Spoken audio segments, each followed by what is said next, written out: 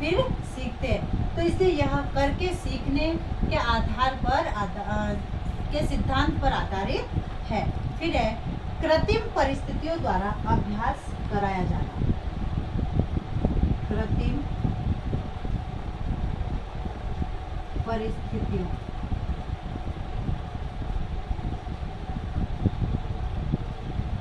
कृत्रिम परिस्थितियों द्वारा अभ्यास कराना, क्योंकि शिक्षक के पास इतना समय नहीं होता है कि वह पात्रों के अनुसार उसके लिए सारी व्यवस्थाएं उपलब्ध कराए। तो यह कृत्रिम परिस्थितियों के सिद्धांत पर आधारित है। फिर है इसके बाद बालक को पृष्ठ पोषण दिया जाता है। फिर है इसके माध्यम से अधिगम में सहायता मिलती है। बालक करके सीखते हैं, इसलिए उनका अधिगम सरल हो जाता है। और साथ ही जो सामाजिक जो कौशल होते हैं समाज से संबंधित, वह सामाजिक कौशलों के विकास में सहायक होता है। अब है इसके चरण या सोपान।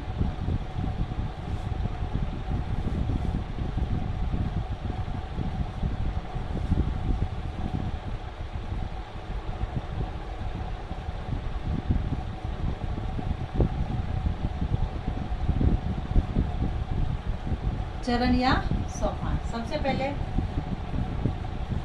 जब किसी भी कार्य को करते हैं तो उसके लिए कार्यक्रम की रूपरेखा तैयार करें।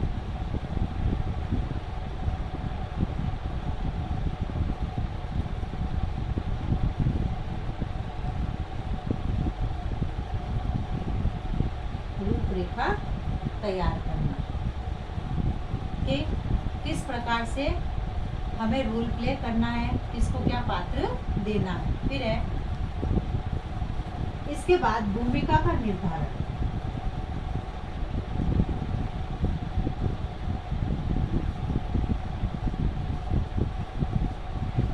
दूसरा जो स्टेप है वह है भूमिका का निर्धारण। कौन सा बच्चा कौन सी भूमिका निभाएगा, रोल प्ले करेगा। फिर है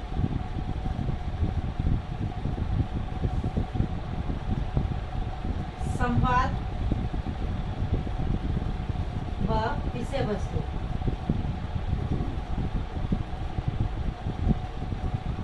अब जो है बालकों द्वारा उनके जो संवाद है और विषय वस्तु है उसको तय करना। वह खुद तय करते हैं कि कौन कौन से संवाद बोलने हैं और क्या विषय वस्तु है।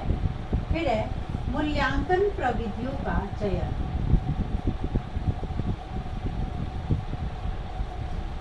मूल्यांकन प्रविधियों का चयन करना, यानी पात्र अभिनय विधि में मूल्यांकन की जो प्रविधियां है उसका चयन किया जाता है। फिर है कार्य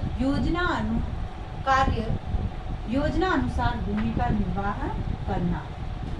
कार्य की योजना,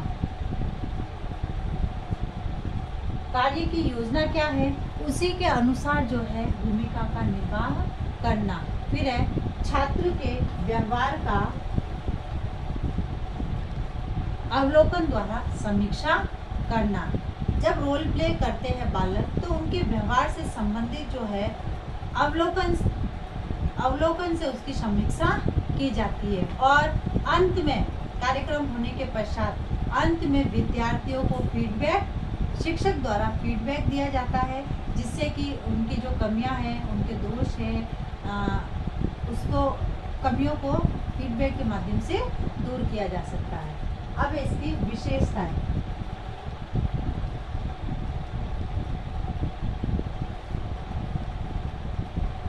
सबसे पहला है यह जीवन से संबंधित कौशल का विकास।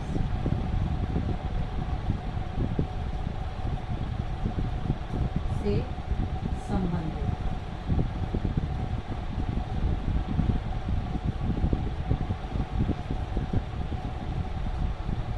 इसके माध्यम से जीवन से संबंधित कौशल का विकास किया जा सकता है। फिर है स्वयं के कार्यों का विश्लेषण तथा संश्लेषण या मूल्यांकन। छात्र जो काम करता है उसका विश्लेषण,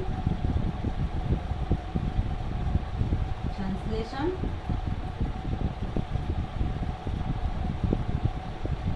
व मूल्यांकन। इसके माध्यम से विद्यार्थियों को यह पता रहता है कि उन्होंने कैसा कार्य किया है। फिर है सामाजिक कौशल का विकास। सामाजिक कौशल का विकास। फिर है अपेक्षित उद्देश्यों की प्राप्ति, अब चाहे वह भावात्मक स्तर पर ही क्यों नहीं हो। यानी शिक्षण से संबंधित या अधिगम से संबंधित जो अपेक्षित जो व्यवहार है उसकी प्राप्ति होती है। फिर है स्मरण गति का विकास। इसके माध्यम से स्मरण गति,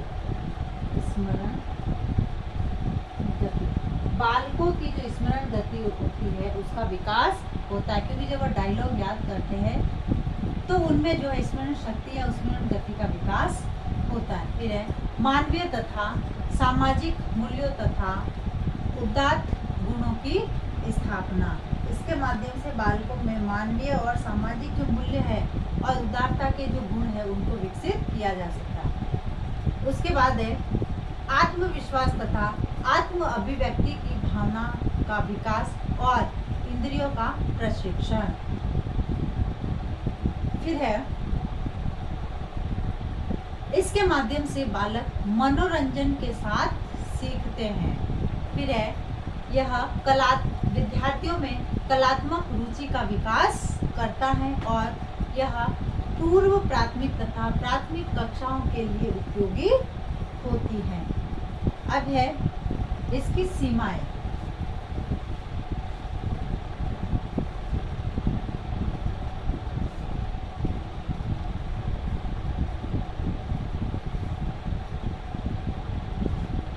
सबसे पहला है वर्तमान समय में संसाधनों का अभाव होने के कारण जो है शिक्षक जो है इस अभिनय या पात्र विधि का उपयोग अधिक नहीं कर पाते हैं। फिर है अभिनय कला तथा अभिनय कला से संबंधित कला का ज्ञान नहीं होना, यानी शिक्षक में जो है अभिनय कला और इससे संबंधित कला का ज्ञान नहीं होने के कारण इसको जो है कक्षा में नहीं करवाया जाता। फिर है अभाव बिना अभ्यास के बालकों को कराया जाता है, जिससे कि यह संभव नहीं हो पाता है और बिना अभ्यास के पात्र को सुशोभित किया जाता है और पात्र का अभिनय करने को कहा जाता है कि जो कि उचित नहीं। फिर है इसमें जो है समय भी अधिक लगता है, आर्थिक अभाव भी पाया जाता है, धन की कमी होने के कारण जो है हर कोई यह इस विधि से विद्यार्थियों को अधिगम नहीं करवा सकता। इसके बाद है जैसे इसमें जो है दक्ष और प्रशिक्षित जो शिक्षक है उनकी आवश्यकता होती है।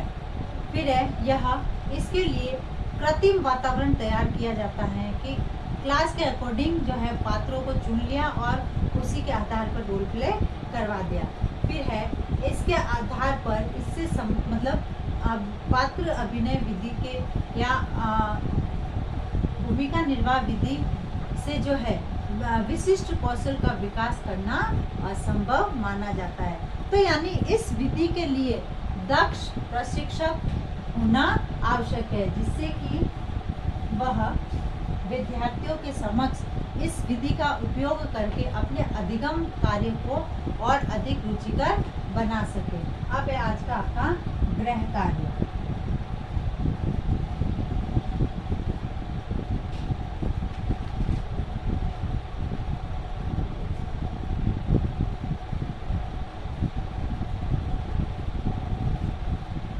भूमिका निर्वाह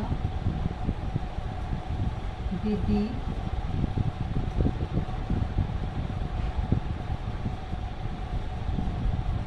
के उद्देश्य, सिद्धांत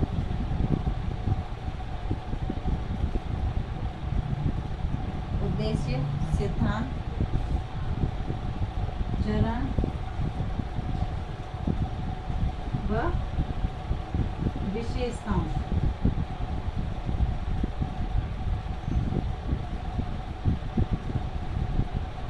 को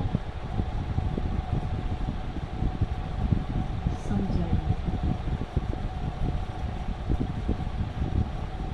अब एक विशेष बात, जैसे कि हम सभी जानते हैं कि वर्तमान में कोरोना जैसी महामारी भयंकर रूप से फैल रही है तथा इससे बचाव हेतु हमें कुछ उपाय करने, हाथों को सैनिटाइज करना, मुंह पर मास्क लगाना, सोशल डिस्टेंस का ध्यान रखना, क्योंकि 2 गज दूरी, मास्क की जरूरी। Be stand be strong. स्वस्थ रहे, सुरक्षित रहे। धन्यवाद।